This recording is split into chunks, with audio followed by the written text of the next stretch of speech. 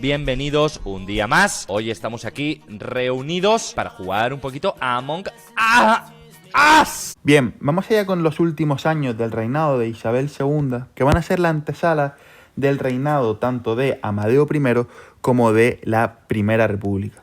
Para ello, debemos ir a 1856, que fue el último año del bienio progresista, cuando O'Donnell dio un golpe de estado en el cual cerró las cortes, quitó la milicia, los ayuntamientos, las libertades de prensa, y en el que quitó la constitución de aquel momento y volvió a instaurar la de 1845. Sin embargo, este gobierno no duró mucho, ya que Isabel II, por distintos motivos, no le terminó de encajar y terminó poniendo en su lugar a Narváez.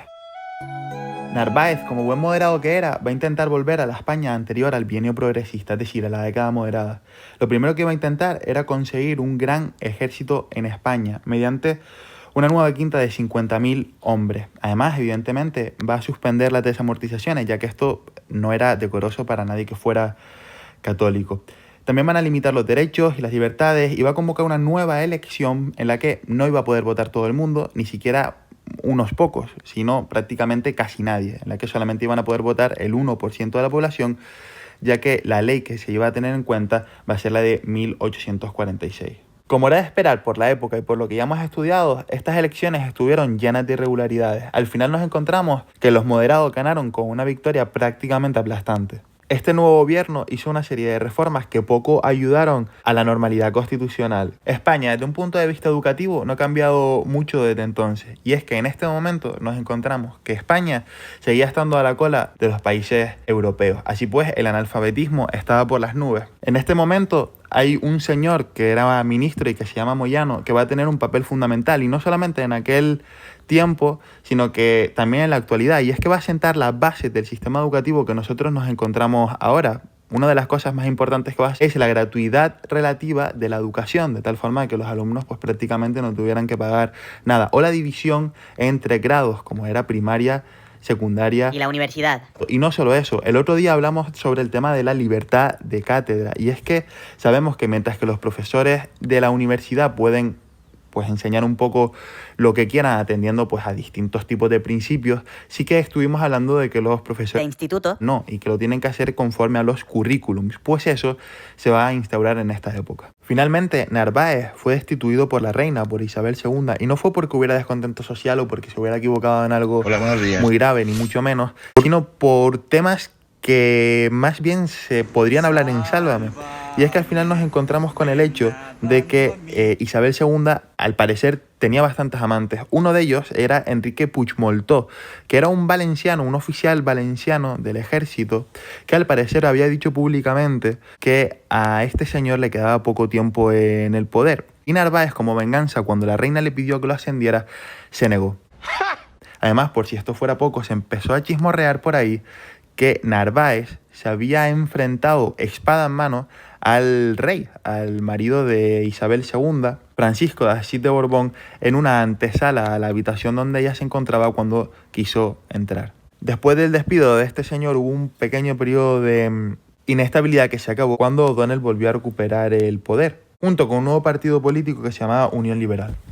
En 1858 se hicieron unas nuevas elecciones que ganaron los unionistas, pero nos encontramos con la diferencia en el que en este caso ahora sí que va a haber una pequeña participación por parte de la oposición, lo cual va a evitar que se produzcan nuevos pronunciamientos, debido a que ahora van a poder tener voz y voto, aunque en menor medida, lo cual va a permitir a O'Donnell durar nada más y nada menos que 4 años y medio, que es muchísimo más de lo que se habían permitido los gobiernos anteriores. O'Donnell va a liberalizar la Constitución de 1845 y prácticamente nos vamos a encontrar con que todas las medidas que había tomado Narváez en la etapa anterior las va a volver a cambiar. De tal manera que nos encontramos ahora con un menor control de la prensa, con más autonomía por parte de los ayuntamientos, con mayor poder judicial. Nos vamos a encontrar también con el hecho de que se va a continuar con las políticas económicas del bienio progresista, así como la expansión del ferrocarril, desamortizaciones civiles, etc. Es decir, va a volver a instaurar todo aquello que Narváez quitó. Desde que empezó el gobierno unionista de O'Donnell, nos vamos a encontrar con que los siguientes 8 años van a ser de bonanza económica. ¿Y para qué se va a utilizar el dinero que se va a recaudar en este momento? Pues principalmente para una serie de operaciones militares en el extranjero que realmente no tuvieron mucho éxito y no sirvieron de mucho, y que vamos a ver a continuación.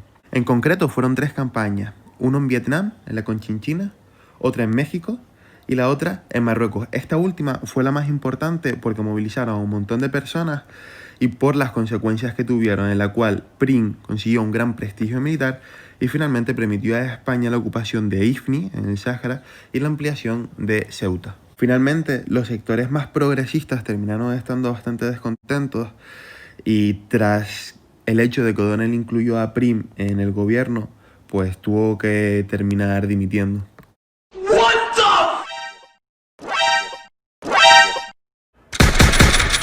Después del gobierno de O'Donnell nos vamos a encontrar con un periodo de gran autoritarismo en el que la reina Isabel II va a intervenir de forma continua y de gran inestabilidad gubernamental que se va a traducir en la insatisfacción por parte tanto de los partidos progresistas como republicanos como demócratas, que al no ser capaces, al no poder participar de forma activa en la política, van a utilizar los levantamientos como única forma de acceder al gobierno. La más importante se va a dar en 1866 en Madrid, con la sublevación de los sargentos del cuartel de San Gil. Esta va a ser una revuelta popular que Narváez, que había llegado al poder un año antes, la va a reprimir con una gran contundencia, fusilando a más de medio centenar y encarcelando a un porrón de gente.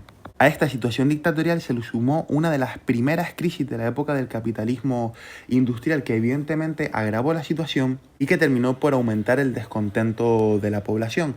Al final nos encontramos que los partidos tradicionales que nosotros habíamos visto aquí al inicio del tema, es decir, los progresistas y los demócratas, firmaron el pacto de Ostende, que no iba a hacer mucha gracia a Isabel II porque atentaba directamente contra su persona y contra su papel dentro de la política española, en el que al final lo que se quería era pues quitar la monarquía y formar un gobierno provisional y convocar Cortes, ahora sí, con un sufragio universal masculino. Sí, en este caso era solamente masculino, dejaba a un lado a las mujeres y todavía quedaría más de medio siglo para que ellas pudieran empezar a votar. En 1867 se unen los unionistas al pacto, sentenciando así el poder de Isabel II en España. Me miro y la miré, sonrío y la sonrío.